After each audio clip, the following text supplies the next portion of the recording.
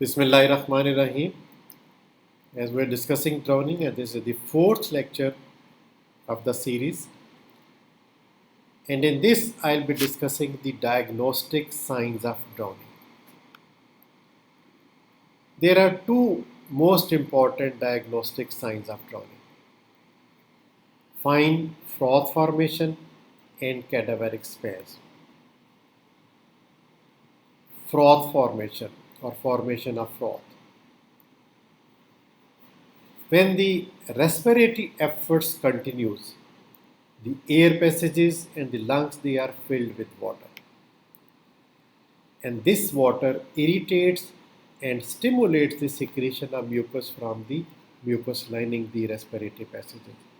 So the inhaled water irritates the mucous membrane and there is secretion of mucus from that membrane. And the water, the respiratory mucus and the air, they get churned up with violent respiratory efforts and produce fine froth which blocks the air passages, and this further deteriorates the asphyxial condition. So this is fine froth, very fine, copious. And the cadaveric spasm, other diagnostic sign. This also occurs in other asphyxial deaths, convulsions. And what happens is that in extreme emotional states, this is attempt of survival.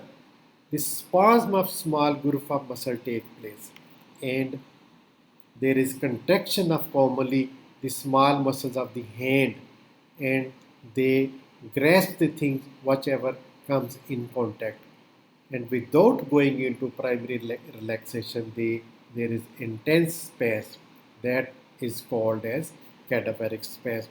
And this is the record of the lost volitional activity, the vital sign that the person was alive in extreme emotional condition, and during the process of survivorship he gets hold of something, the weeds, the grass, the branch tree, or anything, and the small group of muscles of the hand, they go into intense spasm and they keep on being grasped even after death.